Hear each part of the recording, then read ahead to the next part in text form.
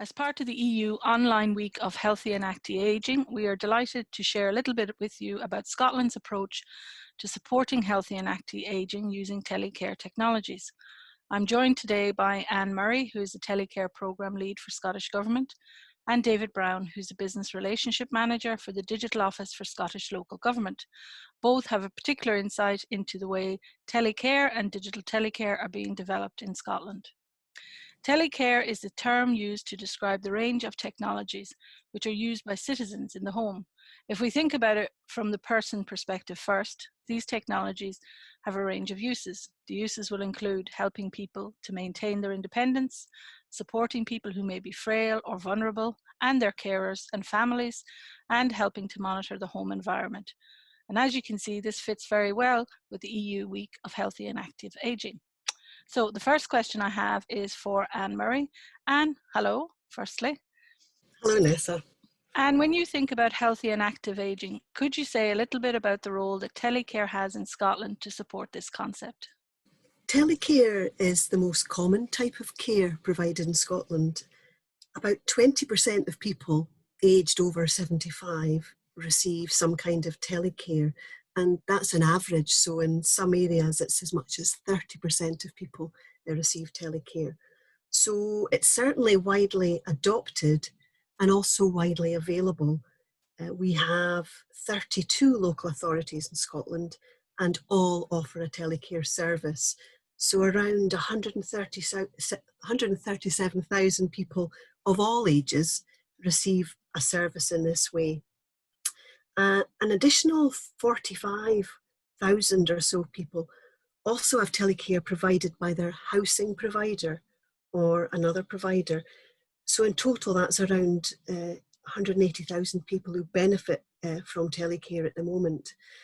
And around 5 million incoming alarm calls are managed by Scotland's 22 alarm receiving centres each year. Different types of devices are deployed, obviously based on a person's need, on their choice, and on the outcomes that they want to achieve. So these can range from your basic community alarm, which is the pendant or the bracelet or the pull cord, to things like smoke, carbon monoxide and heat detectors, falls detectors, epilepsy monitors, pill dispensers, and increasingly property exit sensors and GPS locators. And that's for people living with dementia and their families and carers. And over the last few years, we've seen an increase in more complex telecare packages being installed.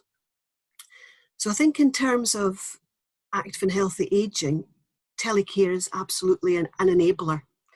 It can enable a person to get on with their life at home with confidence and peace of mind that safety in the home environment is being monitored and helps at hand should an incident such as a fall occur.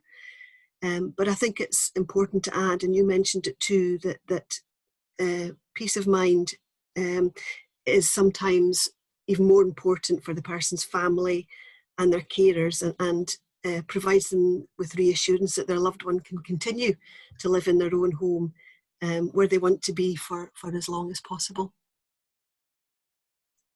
Thanks, Anne. That's a really comprehensive answer. It's really important also the point you, just to pick up the point you also made about partnerships. And obviously David is part of this partnership working as well. David, I just wonder if you had anything to add to what Anne had described. Thanks, Nessa. Yeah, just to really agree with Anne's point around the confidence and reassurance telecare gives users and their families actually to live kind of independently and as healthily as possible. And I think without that, you would have a huge issue with some of these users not feeling confident enough to kind of mobilise, move around, and live their lives in a kind of active and healthy way. So I think that's a really kind of crucial part of the service in Scotland. Thank you. And David, turning to the position of digital telecare in Scotland, it's really important, and there's a lot of activity happening around digital telecare at the moment. Could you briefly outline what the switch to digital is for those who are listening who may not be certain about that, and what it actually means for the telecare providers in Scotland? Yeah, so round about 2017, it was announced in the UK by all of the main telephony providers that they would be decommissioning and switching off their analogue infrastructure. So these are all of the kind of copper lines that go underground and have been in place for decades and have been the kind of primary route that telecare services have used to connect with citizens for about 30 years in Scotland. These providers all advised they would be moving over to a digital all-IP solution, and that change doesn't have a significant impact for standard telephony users in Scotland, but for telecare service providers it does. So at that time, the Scottish Government Tech Programme commissioned the Digital Office to mobilise a programme of work to start to move through all of the kind of key learning and milestones to support service providers to move towards a digital telecare model. That's a significant shift for these services that have traditionally used kind of lockdown analogue networks. So moving into a kind of all IP digital space creates a whole new range of challenges that these services have had to work through over the last few years. Maybe important to note that there's been some changes to the timescales. So many of the providers have accelerated their timescales to 2023. So the programme has about a couple of years left to try and transition over all of the services with the 180,000 or so users that Anne mentioned over to a digital solution. So for the last few years, the programme's been working with a group of early adopters, and they've been, as I mentioned, working through the kind of key milestones and key learning from the programme. And that's a whole range of kind of new activity around things like cybersecurity, penetration testing, different types of telephony arrangements, different types of connectivity. And that's been a real shift for the sector in Scotland, I would say. In terms of the programme at the moment, we're at the stage where we're just about to grow the implementation group and add some new partnerships into that group and some new services into that group, which is really exciting. And all of the learning that's been captured so far has been distilled down and has been used to create a digital online repository called the Digital Telecare Playbook. This is something we're really proud of, and what we've seen so far is that partnerships who join the programme later are accessing that level of learning and information, and things like templates for some of the stages they need to move through and guidance to support partnerships to complete those. We're hearing that that's really shortened people's journeys and really kind of streamlined some of the effort they need to make. So that's a fantastic opportunity for partnerships who are just about to join the programme. Thanks, David. That's really, really interesting. A lot of work, a lot of activity underway. And what's interesting listening to you both is you can see the breadth of activity in terms of the infrastructure and the changes and the developments, but also from the user perspective, the experience of using telecare and the different devices and tools that can help support people. I just wanted to mention the fact that in Scotland, we've also been part recently of a Digital Health Europe twinning project. We were lucky enough to be successful in our bid for one. And we've had the opportunity to work with colleagues from Norway and Spain about digital telecare in particular.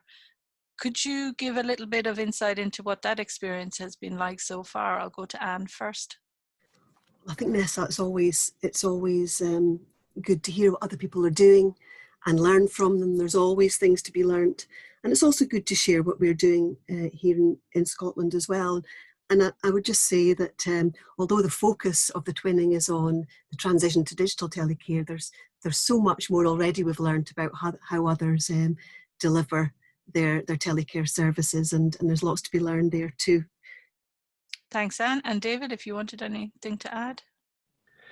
Yeah, I'll just really echo what Anne said. I think it's hugely important for our programme, and I think one of the really interesting things around the twinning project for myself is that all of the regions are at slightly different places in terms of their digital transformation. So we can hopefully all add quite a bit of value to the other regions and support and help each other.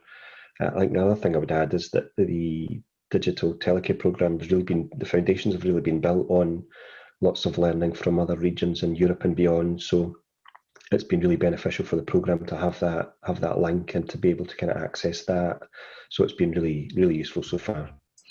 Thank you both. And I'll just finish by saying I hope that anyone who's listening to or using or watching the resources available this week for the EU Online Week of Healthy and Active Ageing will take a look and learn a little bit more about what's happening in Scotland in relation to telecare and digital telecare. Thank you both very much.